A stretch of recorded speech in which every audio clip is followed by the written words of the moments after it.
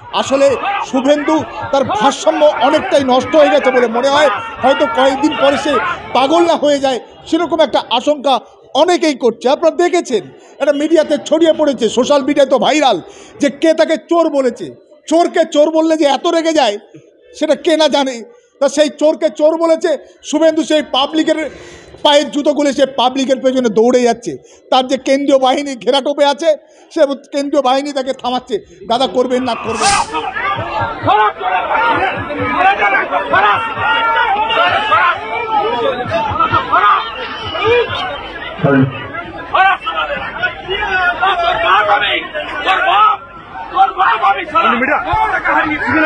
আসলে কেন্দ্রীয় বাহিনীর ঘোরাটোপে থেকে শুভেন্দুরা বড্ড বড় বড় গা ফুলে মস্তানি করছে, দাদাগিরি করছে, কিন্তু কেন্দ্রীয় বাহিনীর ঘোরাটোপ থেকে বেরিয়ে এসে সে আবার একটা সময় বলছে, কদিন আগে বলছিল মুসলমানদের নাকি উল্টো করে ঝুলিয়ে সোজা করে দেবে, যেমন নাকি ওই যোগী আদিত্যনাথ উত্তরপ্রদেশে করেছে।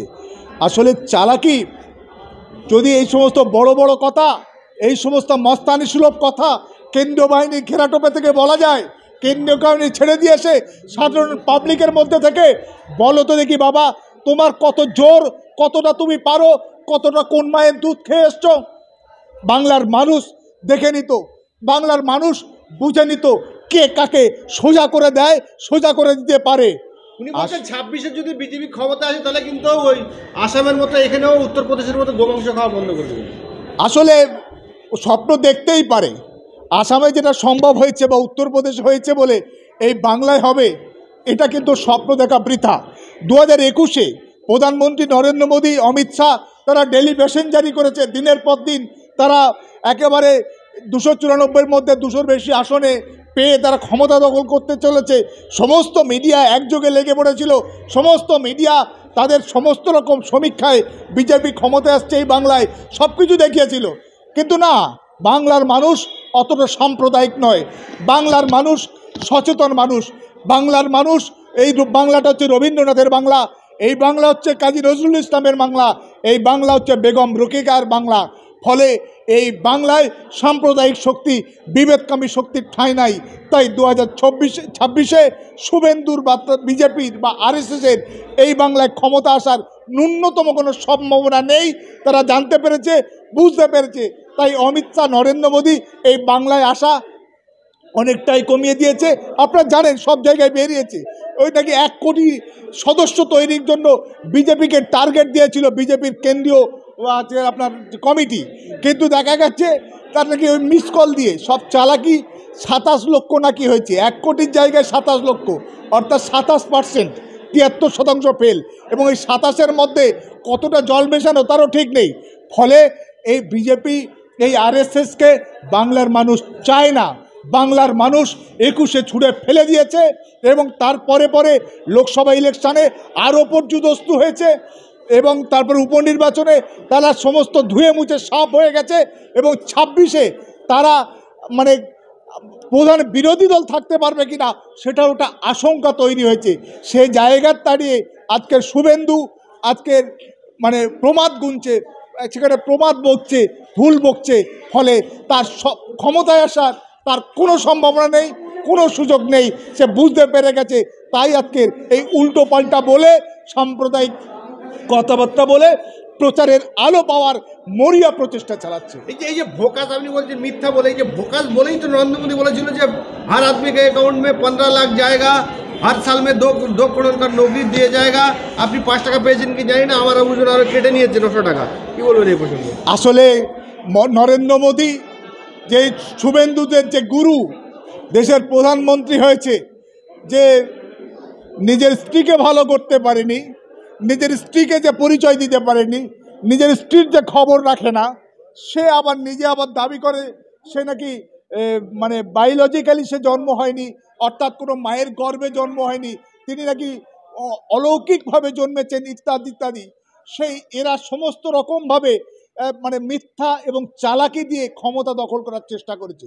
2014-র আগে মোদী বলেছিল 15 লক্ষ নাকি সবার অ্যাকাউন্টে চলে যাবে, সমস্ত কালাধন নাকি বিদেশ থেকে, সুইস ব্যাংক থেকে সব কিছু ফেরত নিয়ে আসবে। কিন্তু আপনারা কেউ কি পেয়েছেন? দেশের কোনো মানুষ পেয়েছে? অনেক কিছু প্রতিশ্রুতি দিয়েছিল, বছরে 2 কোটি বেকারের চাকরি দেবে। বছরে কেন 10 বছরে কি 1 কোটি মানুষের চাকরি দিতে পেরেছে? না, পারেনি, কারণ এটা হচ্ছে জুমলা। এই শুভেন্দু অধিকারী বলতো ভারতীয় জঙ্গল পার্টি, শুভেন্দু অধিকারী ভারতীয় বিজেপি তাকে বলতো ভারতীয় জঙ্গল পার্টি। বহু ভিডিও পাবেন এই শুভেন্দু অধিকারী বলতো। সে এখন বিজেপিতে গিয়ে বিজেপি তার কাছে এখন ধোয়া তুলসী পাতা হয়ে গেছে। আসলে এই শুভেন্দু হচ্ছে রাজনীতির কারবারি। এর কোনো জাত নেই, এর কোনো নীতি নেই, এর কোনো নৈতিকতা নেই। যখন যেখানে যায় তখন সেখানে সেই রকম কথাবার্তা বলে। কদিন পরে ও যদি সত্যিভাবে রাজনৈতিকভাবে আবার জায়গায় ফিরে আসতে চায়, তাকে তৃণমূল কংগ্রেসে ফিরে আসতে হবে। তৃণমূল কংগ্রেসে সে আবার বিজেপির বিরুদ্ধে গালাগাল দেবে। অর্থাৎ এটা ভাড়াটে রাজনীতির কারবারি।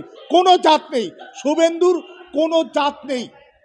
আচ্ছা, এই যে শুভেন্দু অধিকারী, ছোট্ট একটা দেশ বাংলাদেশ, আমাদের পশ্চিমবাংলার ডবল, বলছেন যে 2টি রাফাল যদি আমি ছেড়ে দিই তাহলে বাংলাদেশ হেগেমুতে ছিদ্রে দেবে।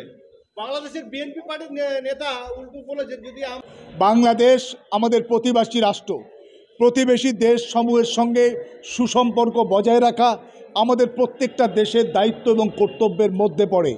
আমাদের বাংলাদেশের প্রতি আমাদের একটা আবেগ আছে। আমরা পশ্চিমবঙ্গবাসী, আমরা বাংলা ভাষায় কথা বলি, ওরাও বাংলা ভাষায় কথা বলে। এবং বাংলাদেশটা তৈরি হয়েছিল 1971 সালে, সেখানে ভাষার ভিত্তিতে, এবং অন্য ভাষা তাদের ওপরে বলপূর্বক চাপিয়ে দেওয়ার প্রচেষ্টা থেকে সেই বাংলাদেশের জন্ম। ফলে আমাদেরও একটা আবেগ আছে। আমরা রবীন্দ্রনাথ পড়ি, আমার বাংলাদেশেও রবীন্দ্রনাথের গান তাদের জাতীয় সঙ্গীত। ফলে আমরা মিলে মিশে একাকার হয়ে রয়েছি, হ্যাঁ, সাধারণ নিয়মে, প্রকৃতির নিয়মে। সেখানে এই শুভেন্দু অধিকারী আর ওই বিএনপির নেতা, এরা একই পায়খানার 2 পিঠ, দুটোই নোংরা। পায়খানার একদিক ভালো হয়, একদিক খারাপ হয়, দুটোই নোংরা, দুটোই খারাপ, দুটোকেই পরিত্যাগ করা দরকার। কোনোভাবেই সাম্প্রদায়িক উত্তেজনা দুটো প্রতিবেশী দেশের মধ্যে মানে চাপানুতর এবং ওই মক ফাইট আসলে কিছুই না। রাফায়েল বা হবে কিছু হয়েছে, তারা তাদের একটা দেশ চালাচ্ছে, আমরা আমাদের দেশ চালাবো, আমাদের দেশকে এগিয়ে নিয়ে যাব। সেখানে মারপিটের কথা আসবে কেন? মারপিটের কথা কারা বলে? যারা নোংরা লোক, যারা খারাপ লোক, যারা বদমাশ লোক, তারা মারপিটের কথা বলে। কোনো ভদ্রলোক, ভালো লোক এসব বলে না, বলতে পারে না। তাই কোনোভাবেই আমরা মনে করি বাংলাদেশ নিয়ে তাদের আভ্যন্তরীণ ব্যাপার, সেখানে যদি সংখ্যালঘু ভাই বোনদের উপর অত্যাচার হয় আমরা তার বিরোধিতা করি, কন্ডেম করি। বাংলাদেশ সরকার, ইউনুস সরকার তার বিরুদ্ধে ব্যবস্থা নিক, সেটা আশা করি। কিন্তু সেখানে যদি তারপরেও সেখানে কাজ না হয়, আমরা রাষ্ট্রসংঘ আছে, আন্তর্জাতিক বিভিন্ন সনদ আছে, নিয়ম আছে, বিধি আছে, বিধান আছে, তার ভিত্তিতে কাজ করব। শুধুমাত্র রাজনৈতিক ফায়দা লোটার জন্য, সাম্প্রদায়িক গিমিক তৈরি করার জন্য গরম গরম কথা বলে মানুষের মধ্যে বিভাজন তৈরি করার এই চালাকি এই শুভেন্দু অধিকারীরাই করে। এটাই হচ্ছে তার রাজনৈতিক পুঁজি, এছাড়া আর কাছে কিছু নেই। সেই জন্যেই সে আজকের এই বাংলাদেশ নিয়ে বাজার গরম করার খেলায় নেমেছে। আসলে দেশের অর্থনীতি, দেশের শিক্ষা ব্যবস্থা, দেশের স্বাস্থ্য পরিকাঠামো, দেশের বেকার যুবকদের চাকরি, সেখানে কলকারখানা আরও বেশি সৃষ্টি, সেসবগুলো নিয়ে এদের কোনো হেলদোল নেই, পরিকল্পনা নেই, কর্মসূচি নেই। মানুষের মধ্যে হিন্দু মুসলিম, মন্দির মসজিদ এসব নিয়েই তারা ব্যস্ত আছে। আমার মনে হয় এই সমস্ত রাজনীতির কারবারিদেরকে বাংলার মানুষ চিনে ফেলেছে এবং অচিরেই এদেরকে ছুঁড়ে ডাস্টবিনে ফেলে দেবে।